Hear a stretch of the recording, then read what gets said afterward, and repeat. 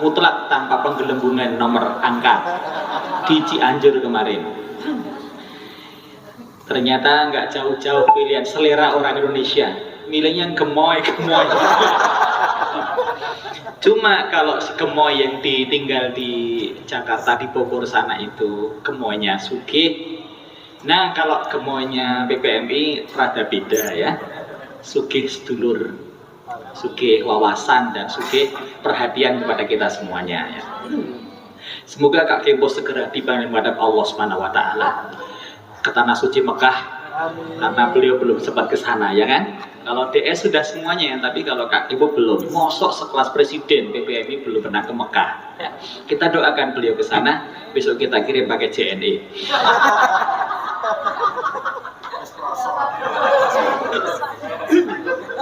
Di tengah kita kebat-kebit karena panas, juga kebat-kebit karena pilihan kita mungkin kalah, atau yang bergembira karena pilihannya menang. Sebenarnya kekhawatiran ya, yang sudah unggul, apakah nanti ternyata di Realcon itu nanti akan tetap unggul atau kalah, itu kan masih khawatir ya. Meskipun sudah dideklarasikan mendapat kemenangan, pun demikian yang dinyatakan kalah dalam hitungan quick count masih kedap-kedip juga, karena masih ada harapan ketika Realconnya ternyata bunyinya berbeda, hasil beda. Tapi itu kita lupakan, ada hal yang penting, lebih penting untuk kita konsentrasi. Apa kira-kira 22 hari lagi kita akan mendapatkan bulan berkah Ramadan.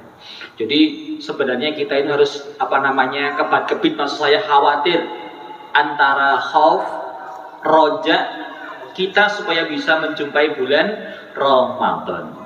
Maksudnya adalah kita akan merdeka, kita akan menang secara lahir batin ketika kita semakin dekat dengan Allah Subhanahu wa Ta'ala. Karena puasa merupakan medium paling Allah sayangi, sangat pribadi, sangat privasi untuk dekat dengan Allah Ta'ala. Bukan karena kita tukang cerita, punya keahlian bicara, kemudian waduh Ramadan tiba, premium, laris ya kan? Kemudian sudah mulai menghitung dan sudah mulai open booking, open BO ya. Sudah open BO, kemudian nanti akan banyak jadwal. Bukan itu sih salah satu anugerah Allah dalam Ramadan. Ternyata salah satu budaya yang kita gerakkan adalah budaya ngaji di kalangan anak-anak yang dulu sebelum tahun 80 itu hampir dikatakan nggak ada, susah kita temukan tradisi anak mendengarkan cerita sebelum tahun 80. Tapi sekarang ternyata ada sebuah gerakan transformasional di mana ada gerakan membuat anak terasa asik, nyaman, enjoy, fresh, fun ketika mendengarkan sebuah sajian pelajaran keagamaan, yaitu lewat bermain, cerita, dan menyanyi. Cuman di kitanya lebih dominan metode bercerita atau berkisahnya. Prakteknya kita tuh BCM, ada permainannya, ice breakingnya, energizernya, kemudian menyanyi ya. Kita tiba-tiba yang bukan penyanyi berlatih menyanyi, meskipun yang dengar langsung pegelinu, asam urat ya, dan lain sebagainya. Nah, soal kecakapan soal nanti. Teman-teman, ini judul acaranya kok gede banget ya, judulnya orasi budaya. Apa sih orasi itu? Orasi itu sebenarnya artinya adalah pidato formal. Nah, saya disuruh pidato resmi formal di depan orang-orang yang tidak suka yang formal-formal. Itu kan cilaka saya. Itu neraka bagi seorang orator. Ketika pidato di depan orang-orang yang tidak suka pidato, ya kan? Anda kan nggak usah pidato kan? Suka joget kan? Oke guys ya. Sorry ya. Suruh gituan. Jadi saya harus menyampaikan secara simpel saja, sederhana, yang penting mudah kita pahami, dan ada semacam transformasi diri kita setelah ada banyak pengalaman, ada banyak input yang diberikan oleh para sepuh, kemudian keteladanan, kesungguhan dari pengurus, apalagi kita lihat juhud istiqomah sungguh-sungguhnya, komitmennya panitia kegiatan Silatnas 16 tahun dan milad 16 tahun PPMI ini ya. Terima kasih, semoga Kak Dani dan kawan-kawan dibalas oleh Allah dengan pahala yang tak terhingga. Amin ya robbal.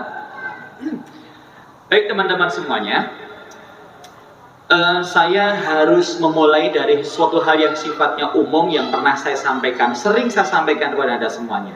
Saya hanya ingin meluaskan saja dan mengajak Anda semuanya untuk kembali mengambil posisi strategis pada gerakan ini. Agar apa? Agar tempat kita berdiri, tempat kita berjaga, kita ribat untuk menggerakkan gerakan transformasional ini semakin aman, semakin berdaya hasil dari tugas-tugas dan tupoksi yang diberikan pada kita semuanya. Karena semuanya berangkat dari kesadaran keimanan, ya. Saya mulai dari mana ya? Saya kembali ingin mengulas sedikit penginderaan masyarakat dunia terhadap Indonesia. Yang pertama-tama, di tahun 70-an, Mokhtar Lubis, seorang wartawan sekaligus budayawan di Indonesia, pernah menyatakan secara minir tentang karakter bangsa kita, bahwa orang Indonesia itu iya suka dengan kesenian, tetapi orang Indonesia itu suka hasil, tidak suka prosesnya. Iya, orang Indonesia itu ramah tamah, tapi orang Indonesia itu cenderung orangnya hipokrit, lain yang di depan, lain dengan yang di belakang. Ini kata suatu ketika akan tampil menjadi orang yang ramah tamah, ya, saling membantu, tapi tiba-tiba suatu ketika dengan alasan yang tidak dapat diterima dengan secara nurul, sanalar gitu ya, tiba-tiba terjadi peristiwa yang dramatis, menjadi menghilang, menjadi anti fakta dari yang telah terjadi, ya. Nah, ini perlu kita ketahui bahwa ternyata teori tentang bangsa kita yang story, ya, kata Mokhtar Lubis, bangsa yang lain di muka, lain dengan yang di punggung, gitu ya. Jadi lain di mulut, lain di hati, bangsa yang sedikit hipokrit. Maka kemudian kita pernah mengajari pada guru-guru, kemungkinan berdasarkan teorinya Dr. David McClelland, ya, seorang psikolog sosial dari Amerika itu, yang mengatakan bahwa nasib suatu bangsa dapat diperkirakan 20 tahun ke depan berdasar cerita berkembang saat ini mungkin adalah sesuatu yang benar. Carut marutnya politik, ekonomi, sosial, budaya, tata masyarakat yang nggak pernah settle, nggak pernah mapan, kemudian tiba-tiba dengan mudah rubuh, berganti pemimpin, ganti gaya, banyak korbannya, ya, suka menumbalkan bangsa sendiri, mudah dipengaruhi oleh harta, tahta, wanita, dan korban drakor, ya. Kakek drakor bilang cinta, ya. Harta, tahta, ya, wanita termasuk pria tadi. Ya gitulah, yang 3T. Itu akhirnya kita menyadari bahwa carut marut, ketidaksaling percayaan, trust and distrust terjadi sangat cepat itu mungkin disebabkan karena infiltrasi dari sisi kita, ya. Dari sisi kita itu banyak penjelasannya, mungkin soal keimanan dan sebagainya. Tapi secara dari sudut pandang kita, mungkin ini adalah buah mengimit dari teorinya yang tadi, adalah buah dari infiltrasi, sebuah disusupkannya 21 cerita kancil yang tiba-tiba muncul di Indonesia. Kalau kita lihat sejarah kancil itu cukup lama, tetapi tidak diketahui sebelum negeri penjajahan Belanda. Jadi ada kemungkinan itu cerita yang dimunculkan, disusupkan ke kita agar terjadi sebuah generasi yang kelak menjadi generasi saling tidak percaya.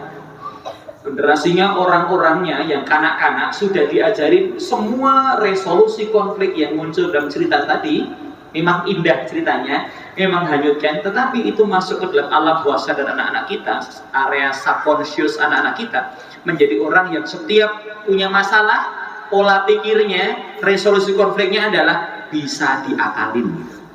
Dan akhirnya tahun 70 kita melihat, ya, seperti apa keadaan masyarakat kita. Kemudian muncul tahun 80, ya kan? Tahun 80 kita pernah mengalami itu. 80 kelas 1, 81 sampai 86 saya sekolah di SD ini, ya. 80 saya sekolah di TK sebelah sini nih. Dulu TK sini. Saya nggak tahu ini hadiah dari Allah atau apa. Kok acara silat nasnya di tempat ini. Karena saya pertama kali mendongeng di gedung itu, kelas 5 SD, di depan guru saya namanya Pak Parjo. Cerita pertamanya Aji Soko waktu itu. Tokoh yang saya senengin, Mbok Trinil, gitu ya. Nah, ini saya nggak tahu. Tetapi yang jelas adalah ada satu cerita yang begitu populer, sangat legendaris, yang tiba-tiba itu menyebar begitu saja di masyarakat, nggak tahu dari mana sumbernya. Membaca kekritisan terhadap S20 atau versi cerita itu agak berat, agak susah ditemukan. Tetap pro kontra bagi orang yang hanya menikmati sebuah karya indah menyenangkan, dengan orang-orang yang mencoba menganalisis, meneliti ini kira-kira menganalisis dari mana dan prognosisnya ke depan akan kayak apa, itu nggak banyak. Nah, akhirnya kita yang dulu menjadi para pendongeng pencerita tiba-tiba terhenyak dengan ketika tahun 74-an ya muncul teori tadi. Leland mengatakan bahwa nasib suatu bangsa dapat diperkirakan 20 tahun ke depan berdasarkan saat ini ya. Ini 20 tahun kemudian jelas, tahun 70-an muncul cerita kancil, tahun kemudian 90-an baru ada penelitian bangsa Indonesia ini bangsa yang tidak memiliki karakter pendidikannya, nirkarakter. Itu pidatonya siapa? Pidatonya SBY tahun 2008 mengatakan pendidikan kita harus kembali kepada pendidikan berkarakter. Berarti sebelum itu karakternya kayak apa? Antara 70 terbaca yang munafik tadi, bangsa itu bangsa munafik hipokrit. Nanti 90 sampai 2000 tahun kemudian kan nggak jelas. Akibatnya ya generasi yang jadi pemimpin membuat kebijakan-kebijakan yang merupakan buahnya adalah pengawuran dan penderitaan masyarakat yang luas ini. Guys, ngomong budaya itu nggak jelas sama definisinya ya. Jadi ngomongnya nggak jelas ini. Pokoknya ini harus ada sebuah kesadaran untuk berubah. Yang menarik adalah teman-teman, kata kuncinya adalah bahwa nasib suatu bangsa dapat diperkirakan 20 tahun ke depan berdasarkan cerita saat anak-anak mereka. Satu generasi itu 20 sampai 23 tahun. Ya, 25 tahun maksud saya. Sekarang pemimpin kabinetnya Jokowi itu adalah orang-orang yang 20 tahun lalu kira-kira mendengar cerita-cerita apa? Sinetron apa? Bukan Kancil lagi. Kancil sebelum itu. Yang Pak Harto dan kawan-kawan ya, sampai peralihannya itu produk dari Kancil. Tapi setelah itu beda lagi. Cerita-ceritanya sudah mulai cerita. Jenengan kalau lihat ketoprak, lihat sandiwara syarat televisi, film malam minggu dulu zamannya ya, akhir pekan gitu. Itu filmnya ceritanya tentang satu, rebutan harta warisan kekayaan, yang kedua adalah rebutan pacar atau rebutan istri. Jadi kalau dulu ya, kalau ingin sukses dengan cara ngakal orang, tapi sebelumnya ada satu masa di mana generasi kalau pengen kaya harus sakti, itu zaman dulu. Jadi bertapa dulu, punya pedang khasiat, pedang pusaka, itu zaman dulu. Tapi kemudian berubah jadi ngakalin, sudah mulai budaya mistis menjadi budaya kognitif tapi naif, pikir itu. Maka kemudian sekarang sudah berbeda lagi. Perkembangan sains dan teknologi juga berbeda. Bentuk-bentuk cerita yang dinikmati anak juga berbeda. Dulu hanya cerita. Ketika ditanya sastra kanak-kanak kayak apa, itu pasti tulis dan tutur, ya kan? Tulis dan tutur. Dilalanya Inggris dan Perancis serta Eropa, sastra tutur tulisnya sudah banyak bermunculan karena mereka lebih melek dalam tulis baca aksara Latin. Nah, di kita saat ini permasalahannya adalah terjadi satu gegar ketika kita harus membawa anak-anak mulai belajar, mulai mengembangkan budaya literasi. Dari budaya ngurungokke menjadi budaya yang namanya literasi, kemampuan tulis baca, aksara dan aksara literasi dan numerik angka-angka. Itu jadi sebuah lompatan yang bikin banyak korban. Idealnya ini merupakan adalah sebuah kesadaran dari para guru harusnya. Tetapi ketika guru-guru kita terjebak dalam sebuah sistem pendidikan yang begitu memberatkan secara alternatif, kurikulum berganti-ganti, ya, kemudian uji coba yang belum selesai diterapkan, kemudian sudah ganti lagi, kemudian gonta-ganti bahan ajar dan lain-lainnya, tentu itu menjadi sebuah kepusingan bagi guru. Pusing nggak Anda dengar omongan saya? Pusing toh? Terima kasih, tidurlah. Tinggal kenangan baik. Karena masalah ngomong budidaya untuk kita sisa survive hidup itu kadang-kadang ngomong yang abstrak. Ini tipologi omongan abstrak ya. Abstrak tapi konkret. Abstrak konkret. Makanya orangnya nggak jelas. Sudah pasti. Tapi begini teman-teman yang menarik. Saya mulainya dari refleksi 16 tahun transformasi budaya melalui gerakan berkisah. Itu tema sentral saya. Saya mulai dari teori tadi ya. Teori itu ternyata membangunkan para penulis buku anak-anak, membangunkan semangat giroh kecemburuan para pencerita. Yes. Dulu yang namanya bercerita, pendongeng itu sama dengan sulap suara sama. Adalah orang-orang yang memiliki keterampilan untuk jasanya tadi dijual kepada para penguasa.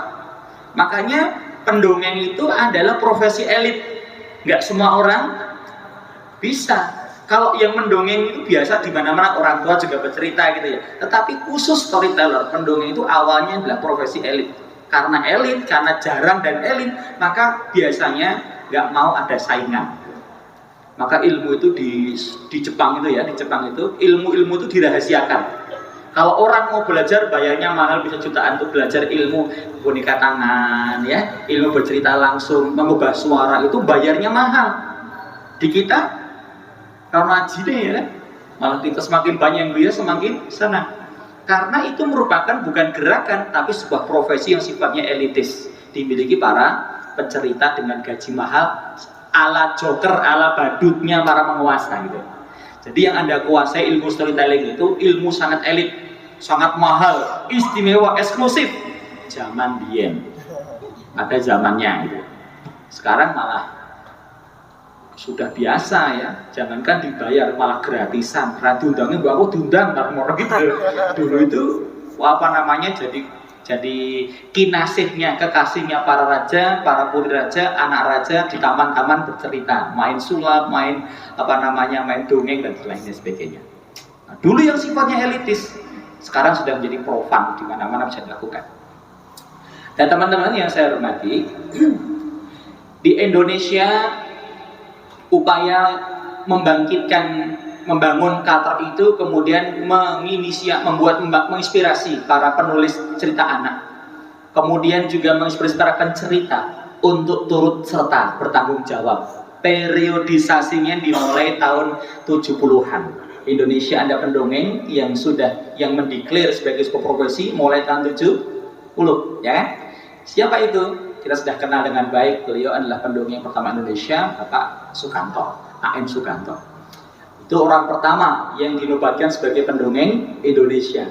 Ya mungkin di kampung-kampung sudah ada pendongeng juga ya, misalnya Mbah Jumadi, Lek Saridin, ya, Mbah Ngatmo, Pak Desirot, mungkin ada. Tetapi yang namanya profesi pencerita itu sangat eksklusif, sehingga jarang orang yang kemudian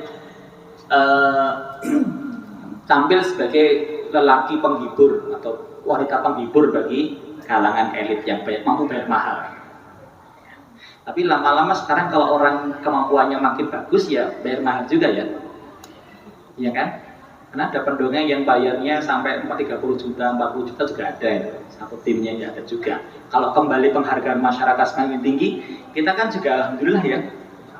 Meskipun kita bukan pendongeng, tapi juga dihargai sama gitu.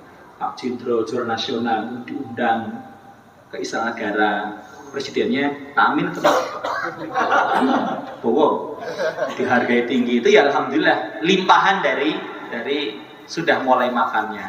Tetapi teman-teman semuanya, setelah dunia mendongeng Indonesia semakin semarak, saya bertanya kepada Anda semuanya, dalam posisi kita sebagai seorang juru kisah, apakah sejak tahun 2008 sampai sekarang, dengan adanya perkembangan budaya yang semakin cepat, ya, kemudian ada dunia internet, dunia maya yang menggilas kita semuanya, dengan munculnya generasi baru, generasi Gen Z, dengan model kepribadian yang strawberry begitu.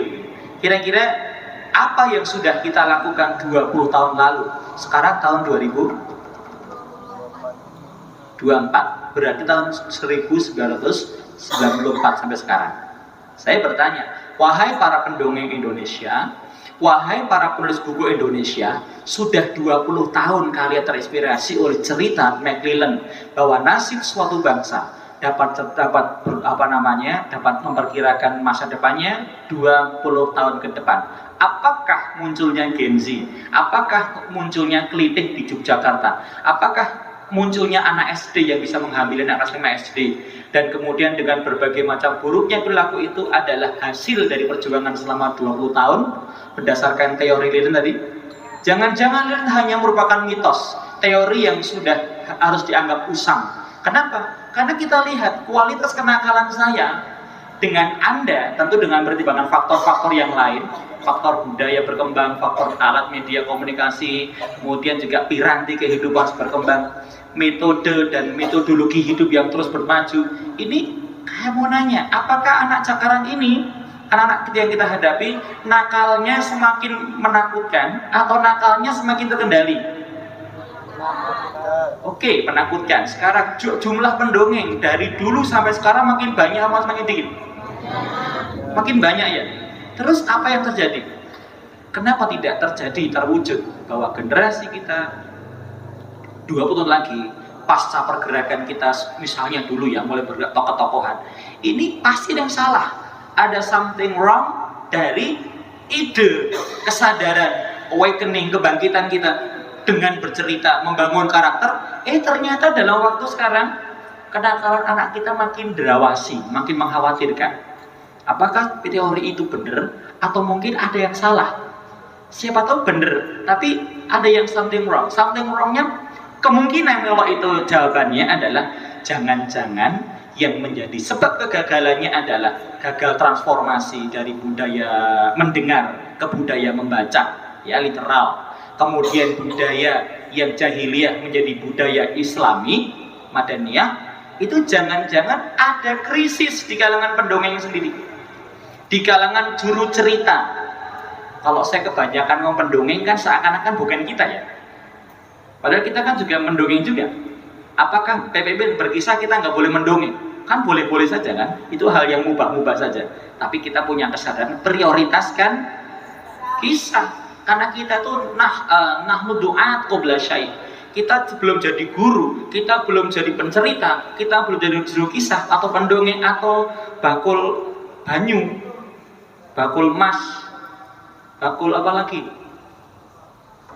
Bumbon. Kita sudah jadi guru ngaji ya. Jadi yang kita harus melihat, jangan-jangan ada krisis di dalam diri kita, atau kita sendiri gagal transformasi dari seorang pribadi, kemudian menjadi bagian dari gerakan transformasional, kemudian menjadi orang yang bisa mengubah keadaan yang buruk jadi lebih baik. Nah, saya mencatat paling tidak ada 5 krisis para pencerita di Indonesia. Ya, ini namanya refleksi. Tahu refleksi? Pijet. Mengambil pantulan, refleks itu kan memantulkan hal yang kita lihat, hikmahnya apa toh, terus kita posisinya di mana, dengan merefleksikan diri kita. Nah, ini semuanya karena kita harus sadar 16 tahun kita harus membuktikan 20 tahun harus ada perubahan generasi lebih baik, atau jangan-jangan transformasi yang kita lakukan gagal. Oke, sebelum saya bahas krisis biar Anda penasaran ya. Karena Anda boleh lupa omongan saya ngawur kemana-mana, tapi bagian yang 5 krisis itu jangan sampai lupa. Baik, bagaimanapun juga teori tentang pergerakan, ya, teori pergerakan berbunyi, terjadinya sebuah pergerakan itu dimulai dari asumsi terhadap lingkungan, assumption about environment, ya kan? Lingkungan kita kayak apa? Ape ora? Kok masyarakatnya begini? Kok nakal-nakal? Pendidikannya mundur? Nah, itu namanya asumsi, pandangan kita, dugaan kita terhadap lingkungan di masyarakat kita. Oh, keadaannya begini rupa.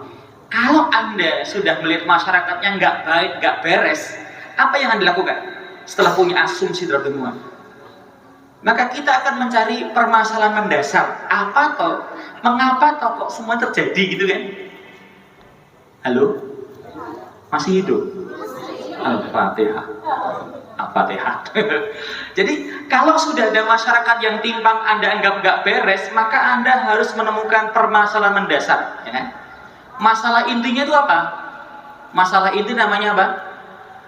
Bahasa kita itu core. Persoalan intinya itu apa? Nah, maka usaha untuk menjawab, memecahkan masalah inti itu namanya adalah gerakan. Masalah intinya ini kalau begitu harus dirubah. Caranya harus berubah seperti ini. Itu namanya visi pergerakan. Kemudian tujuannya dari visi ada target-targetnya. Target baru bikin langkah-langkahnya. Itu namanya sebuah gerakan. Nabi Muhammad SAW melihat masyarakat Makkah, masyarakat jahiliyah, ya kan? Apa yang terjadi di masa jahiliyah? Satu,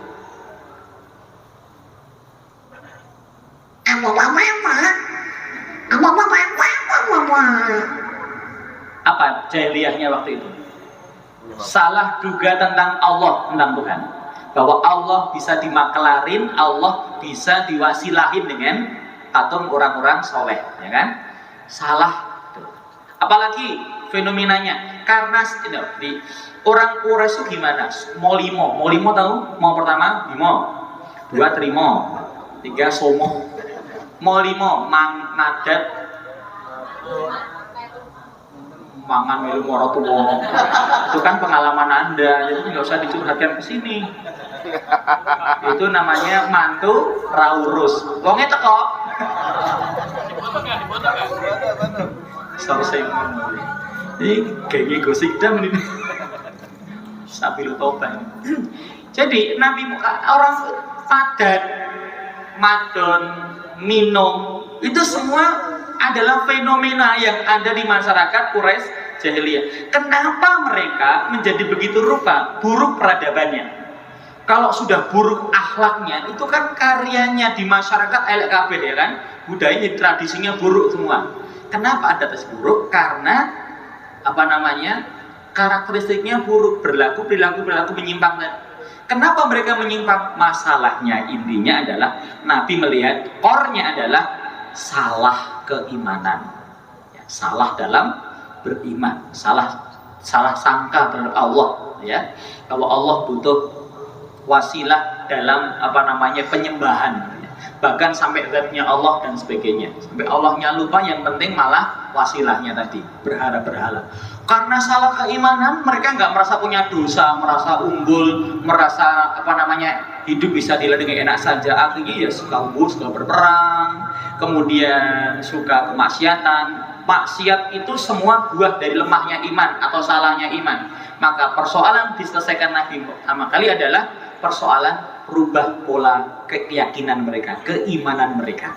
Bukan dirubah dalam pengertian bobot yang baru gitu kan, tapi yang namanya budaya itu dua kepentingan. Satu yang namanya konservasi, nilai, mempertahankan yang baik gitu ya, yang baik. Yang kedua adalah inovasi, membangun hal-hal baru yang bermanfaat, yang efektif, efisien untuk kemajuan masyarakat. Dan di sini kita lihat teman-teman semuanya, Nabi Muhammad ngerti core-nya. Semua ini adalah melencengnya milah Ibrahim, ajaran Ibrahim yang dulu tauhid murni berubah menjadi penyembahan terhadap berhala. Nggak dekat dengan Allah lagi, tapi dekat dengan berhala. Tuhannya bisa diatur sehingga mereka bebas untuk menyalurkan hawa nafsu syahwat mereka. Jadi core-nya adalah keimanan. Maka tanpa kita sadari, kita belajar Nabi Muhammad sejak awal diminta Allah untuk asumsi lingkungan yang seperti tadi. Asumsi lingkungannya dibacanya pakai apa? Iqra bismi rabbikal ladzi khalaqal insana min 'alaq. Membaca budaya, keadaan, peradaban yang kacau itu dengan cara pandang ilahiyah, dari cara pandang Allah, bukan sudut pandang histori, sudut pandang psikologi dan sebagainya, tapi sudut pandangnya dibaca semuanya dari sudut pandang Allah. Ternyata masalah intinya, core-nya adalah iman yang rusak, iman yang salah. Nah, kita juga begitu. Kira-kira kita sedang ingin menyemaikan, selamatkan iman anak Indonesia, semai ya, selamatkan iman anak Indonesia. Kalau saudara kita seberang di tetangga kita, selamatkan imajinasi anak-anak.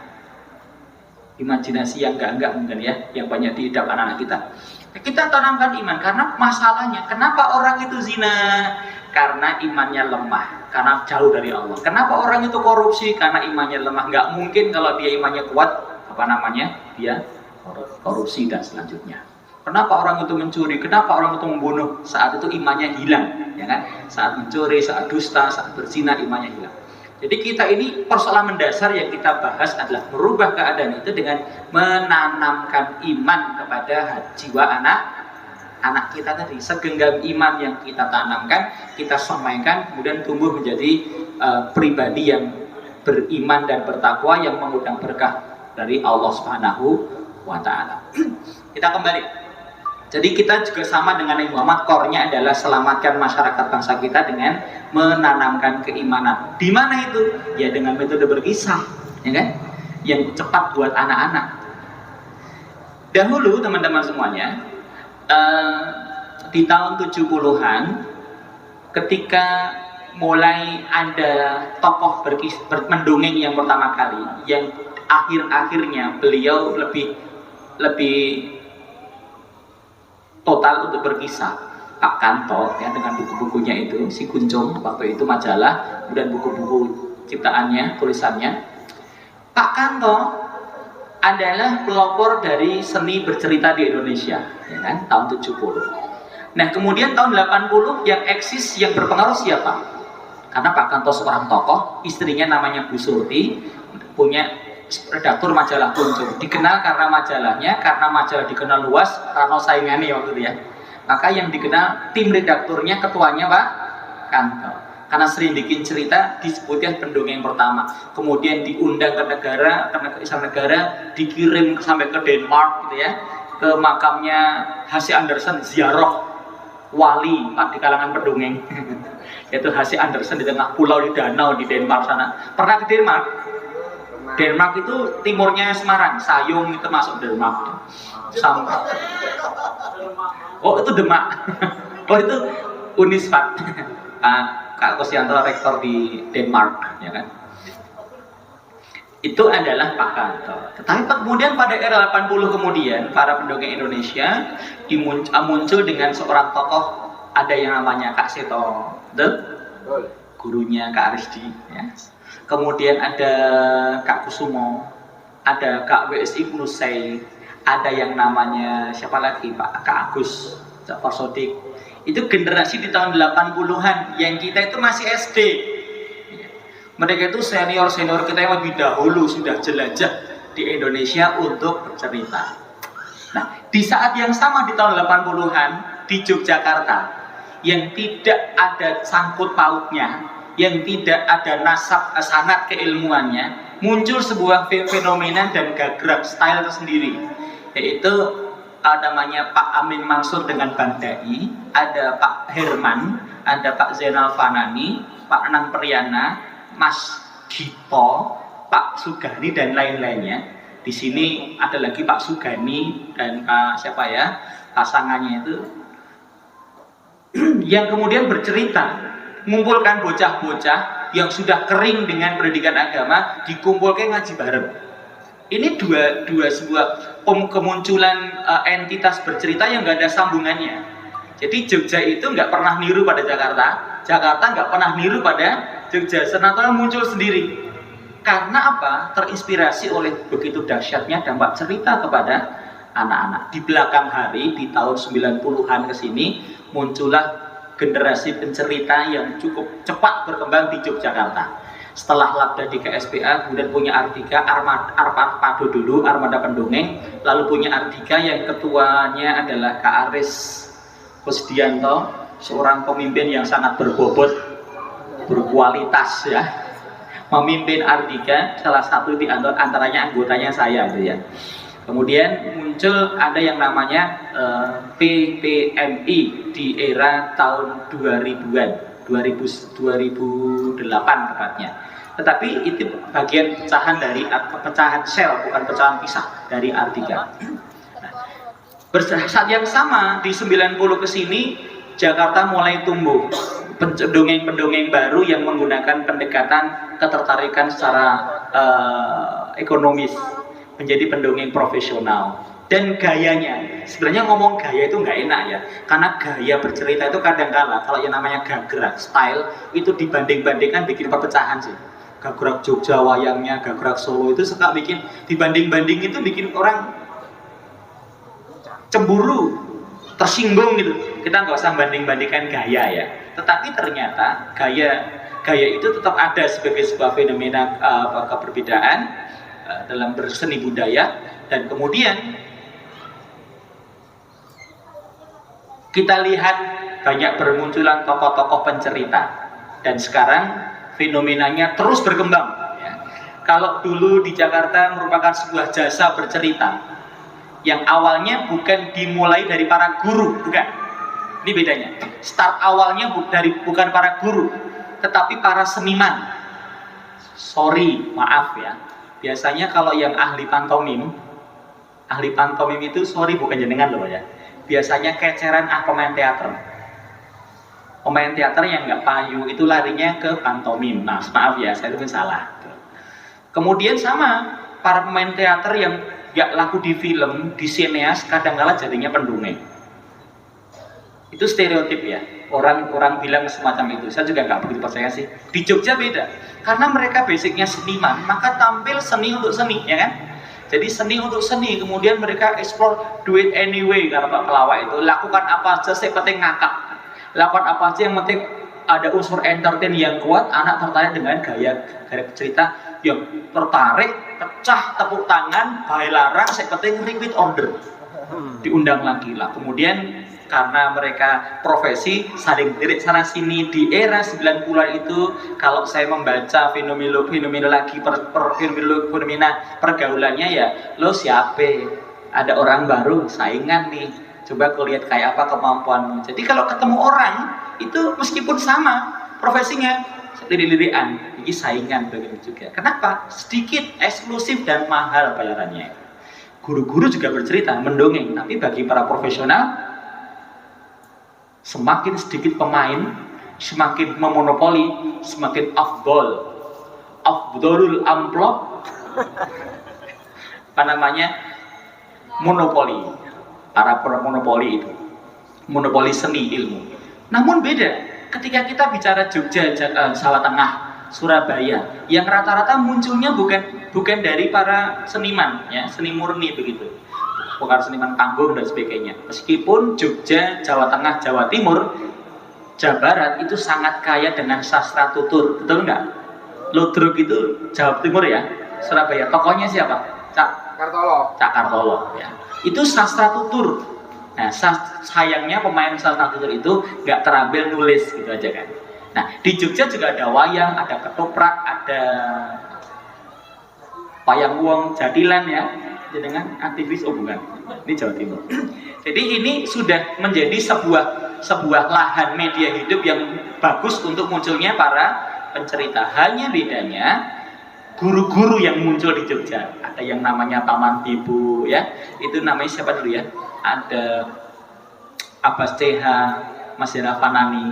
Kebanyakan munculnya dari para guru yang tentu saja mereka punya semacam kesadaran tersendiri berdasarkan idealisme seorang guru. Dan nyatanya saya bilang kepada teman-teman, betul nggak ya klaim saya kalau PPM itu isinya guru-guru ngaji, bener apa salah? Ya, ada yang Iqra jilid siji, ada yang Qiroati, ada yang Umi. Jadi kita itu semua guru ngaji sebelum jadi pencerita, sebelum pendongeng, kemudian berubah menjadi juru kisah. Jadi diri kita yang tidak boleh hilang adalah kita itu guru ngaji. Yang nilai mengajar ngaji, ngisi Al-Quran itu tidak dapat dinilai dengan apapun, betul? Kenapa ada lomba menghafal tahfidz ayat kisah? Itu semua yang kita dipilihkan Kak Puntat, itu adalah cerita ayat-ayat yang berisi perintah. Ada fi'il amr yang menunjukkan perintah untuk berkisah. Jadi kita berangkat dari seorang guru ngaji, sami'na wa ata'na terhadap perintah Allah dalam Al-Quran. Jadi akan amat beda style, citra diri, kalau boleh dibilang imitasi dengan bahasa yang lain umum adalah personal brandingnya itu amat beda. Kostum Anda akan berbeda dengan para profesional. Apakah dengan kita menjadi orang yang tidak profesional menjadikan kita kalah? Justru itu jawabannya. Kenapa? Kenapa transformasi gagal? Karena ada krisis. Bagi penutup, ada krisis di kalangan kita sendiri, ya. Apa itu krisis yang pertama? Yang pertama adalah krisis identitas. Dalam kondisi keadaan masyarakat yang terpuruk dalam tanda petik kepribadian karakter bangsanya, ada orang-orang yang tidak menginsafi dirinya, krisis identitas. Saya itu siapa? Yang penting kita bisa mengais-ngais kehidupan di antara puing-puing kehancuran bangsa. Jadi ya dia tampil, ya pokoknya saya hanya bekerja saja, saya bercerita saja. Soal transformasi perubahan akhlak nggak saya pikirkan, yang penting jalani aja. Orang yang jalani aja gitu ya. Jadi dibilang nihil juga bisa, dibilang tidak punya orientasi bisa, itu saya rasa masih banyak. Mungkin dia berkumpul dengan sekadarnya, setaranya, tapi pada prakteknya dia sedang menjalankan misi pribadi, istilahnya yo golek urip gitu. Adol abab. Wa ma adraka ma adol abab. Ya jual suara saja ya, jual kata-kata. Orang Jogja dulu namanya adol cao. Tahu cao itu mau omongan gitu. Itu orang dulu. Kalau saya ngomong adol cao gitu, orang tua ketawa. Anda nggak ketawa karena Anda orang baru, bukan orang lama. Jadi umur Anda di bawah 40 tahun rata-rata ya. Jadi kalau orang tua ketawa, itu dagelan lawas. Jadi sudah nggak ngefek lagi. Nah itu identitas kita siapa? Nah ini mesti mulai dari kesadaran diri kita. Kalau kita sebagai punya identitas, ya kita ini adalah tadi nahnu du'at qabla syai'. Kita itu guru ngaji sebelum jadi apapun. Kulturnya, cara berpikirnya, pola pikirnya atau mindset kita, itu mindsetnya guru ngaji yang menjunjung tinggi Al-Quran sebagai hidayah, dan tidak ada apapun yang bisa dimenilai untuk ditukar nilaikan dengan hidayah itu sendiri. Kayak kalau kita menghargai tinggi kultur dongeng itu tidak komersial ya. Itu kata-kata Kak Kemo tadi, komersial itu bukan kata-kata biasa, tapi kata-kata di belakang itu penuh dengan penjelasan. Itu yang dimaksud oleh kata-kata yang tidak komersial. Kenapa? Karena ayat Quran itu, kisah Quran bagian dirinya tidak akan dapat dinilai dengan uang seberapapun. Jadi kita tidak akan menjualnya dalam bentuk dan menganggap Al-Quran sebagai sebuah komoditas, kisah komoditas untuk dijual belikan pada masyarakat. Raiso, masyarakat, perusahaan, kementerian ya, kemudian APBN itu nggak bisa menilai kisah-kisah yang kita sampaikan, karena itu adalah sampai butuhnya kita untuk menyampaikan. Ali bin Abi Thalib, aku rela jadi hamba seseorang demi mengajarkan satu huruf kepada dirinya. Untuk mengajarkan satu Quran saja Ali rela menghamba-hamba, memohon-mohon, terpeheme agar orang mengajarinya. Itu semangat identitasnya sebagai isyhadu bi anna muslimu, yang punya nilai Islam itu tinggi dan tidak ada yang melampauinya. Nah itu teman-teman. Yang kedua adalah krisis idealisme, dan ini kita rasakan masih banyak terjangkit pada kita semuanya. Apakah Anda pernah berpikir begini, saya itu sebagai seorang pencerita, idealnya kalau bercerita seperti apa? Kalau saya pulang nanti, perubahan apa yang terjadi pada anak-anak? Baru kita berpikir sampai kalau aku dan cerita harus geger-geran, pecah, menarik, tepuk tangan, anak cekataan. Kan? Jadi bagi dia menyampaikan hidayah itu adalah dengan mengeraskan hati, bukan melembutkan hati. Nanti pulang anak terkenang pada saya, paling yang ngundang meneh, gagal total. Itu bukan bagian idealitas kita. Guru ngaji itu idealismenya adalah ketika kita bercerita Nabi Muhammad dan anak terpukau mendapatkan respon yang sangat bagus, maka anak harus terkenang pada Nabi Muhammadnya sampai kita dilupain. Kalau kita cerita tentang sahabat Nabi Muhammad, kita cerita anak jadi idola sama Nabi Muhammad, itu nggak peduli sama kita. Yang penting bukan kitanya, yang penting sahabat Nabi itu dikenal oleh anak-anak. kita ngomong tentang Allah agar anak begitu dekat kenal dengan Allah, bukan agar anak kagum dengan penyampaian kita, kreativitas kita, dagelnya kita, agar nanti repeat order. Kalau begitu Anda pedagang, Anda bukan orang yang punya idealisme, ada transformasi perubahan kepribadian khususnya bagi anak-anak. Ngefek enggak? Apakah 20 tahun yang lalu Anda mulai bercerita, banyak anak terdampak dari cerita yang Anda sampaikan? Pokoknya gini, bagi saya adalah seorang pencerita sukses apabila kita pulang anak-anak terinspirasi jadi soleh, sregep ngaji, sholat tenanan, ya, bekti wong tuane, kemudian jadi anak yang rajin ibadah. Itu indikatornya. Tetapi kalau begitu kita ceramah, tepuk tangan, kemudian yang hebat itu kita, pengajiannya Nabi Muhammadnya lali, Gusti Allah hanya kita ucapkan, hanya bagi bagian bahan ucapan kita, itu kita gagal. Karena transformasi dimulai dari anak mengecap, menghayati yang kita sampaikan. Bukan untuk kita, tapi untuk ya ta'ala ilallah. Mereka mengajak kepada Allah, bukan mengajak kepada kitanya. Kalau Anda masih merasa kondang, sedino ping 80 le cerita, mungkin rapi, mungkin di setel ulang ya kan, hybrid gitu ya, di mana-mana 8 lokasi bisa. Tetapi yang nambah adalah tebalnya kantong kredit Anda, nggak bikin anak itu nangis, kemudian haibah, kemudian rindu ya, kemudian takut pada Allah. Jebule kita tuh kegagalan selama ini karena kita berorientasi kepada anak-anak memandang kita, bukan memandang kepada pencipta diri kita. Kita cerita Nabi Muhammad agar anak kagum sama Nabi Muhammad, kagum sama penciptanya Nabi Muhammad. Kita sahabat agar anak kagum sama sahabat, kagum sama gurunya sahabat Nabi Muhammad, baru kagum sama Gusti Allah. Jadi itu bagian idealisme kita. Aku nek mulang, aku nek ndongeng itu tuh ngefek. Orang ngomong tepuk tangan, kemudian mulih digawani gedang, angkem, apa lagi? Kucur. Bukan itu.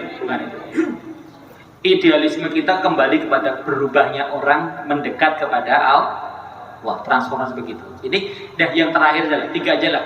Yang ketiga, krisis kolegial. Kita ini kurang komitmen dengan tujuan, cita-cita, langkah bersama kita.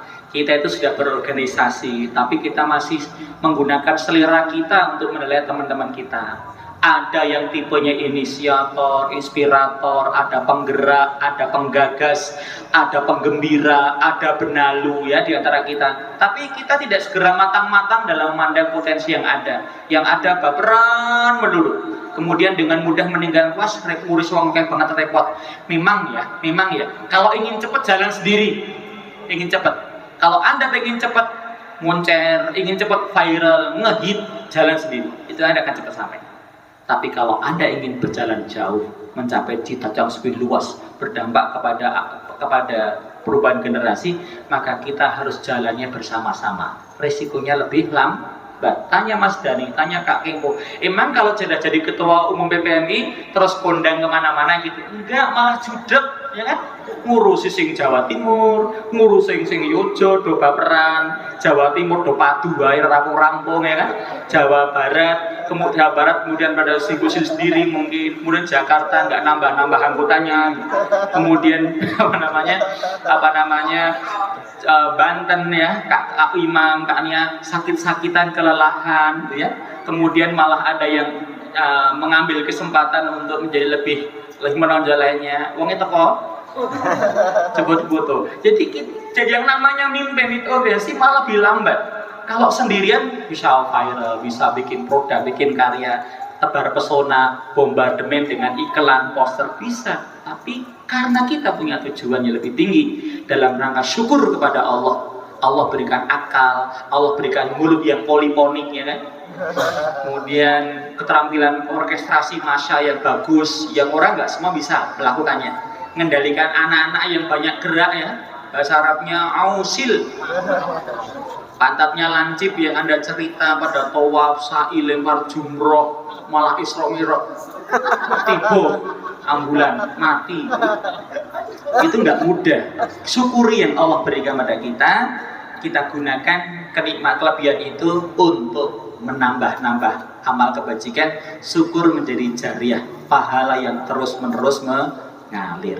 Kita fokus saja pada tujuan. Kalau Anda punya masalah satu dengan lainnya, Anda punya kepentingan lainnya ketemu nggak cocok gitu ya, maka kembalilah pada komitmen untuk demi kepentingan yang lebih tinggi, lebih luhur, yaitu cita-cita bersama. Kita mah nggak ada apa-apanya. Kita berkorban sedikit gak masalah. Kita disakiti sabar, tapi yang penting itu sampai tujuan bersama. Kalau ada masalah konflik itu kembalikan kepada akhlak.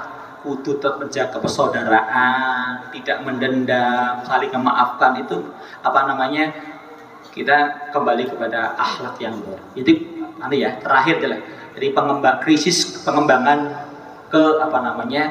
pengembangan sumber daya manusianya. Harus kita komitmen kembali. Kita sudah berapa tahun nggak menemukan pelatihan programming kita, ya kan? Level 1, level 2, level 3 seakan-akan hilang begitu saja. Pembicaranya semangat, lancar, heboh, tapi di activatingnya ternyata kita nggak segera mendapatkannya. Itu harus segera kita ambil kembali untuk mengasah geraji kita semakin tajam agar lebih banyak berdaya guna, mengasah jiwa, memberikan lapisan batin kepada anak-anak kita untuk bertransformasi menjadi anak-anak yang benar-benar soleh dan solehah. Mestinya ibda binafsik, mulailah dari kita menjaga keikhlasan. Emang kalau kita nggak dakwah nggak perlu ikhlas? Emang kalau kita profesional nggak perlu ikhlas? Kita kerja, dongeng kan pekerjaan boleh, nggak ada salahnya. Tetapi emang kalau kita mengatakan kerja itu ibadah, kalau kita ikhlas, nggak apa-apa, sama aja. Anda mengatakan saya pendongeng, saya kerja dengan pamrih, emang ikhlas harus ada pamrih juga kan, pamrih pahala, Allah ridho itu pamrih juga. Tetapi ya tetap akan dihisab, ditanya ini ikhlas apa tidak. 3 hal yang menggelincirkan adalah di akhir zaman ada profesi guru, alim, ya kan? Kemudian mujahid, kemudian adalah orang-orang kaya. Semoga Allah mengayakan kita semua dengan amanah harta, kemudian Allah alimkan kita dengan amanah ilmu, dan kita bisa amanah dalam menjalankannya. Yang terakhir, seandainya kita dianggap sebagai bagian dari korps dai dan pejuang, maka kita adalah para dai dan pejuang yang sebenarnya, bukan mengatasnamakan perjuangan atau dakwah yang sebenarnya kita dalam rangka menumpuk kekayaan, pengaruh, atau sensasi dalam hidup dengan prestasi yang kita miliki. Oke, begitu kawan-kawan semuanya. Entah ini pembicaraan yang bermanfaat atau tidak, jelas saya tidak sistematis menyampaikannya, tapi semoga tetap ada sisi-sisi yang bisa dikembangkan sebagai pupuk kesadaran yang kita miliki bersama-sama. Nanti malam acaranya rame ya, mohon yang Jogja jangan pulang. Acara yang tunggu-tunggu adalah sharing skill. Matur nuwun, sebentar lagi ada sholat maghrib di Yogyakarta. Sholat maghribnya juga 3 rakaat, gak ada perubahan khilafiyah di antara kita. Matur nuwun, assalamualaikum warahmatullahi wabarakatuh.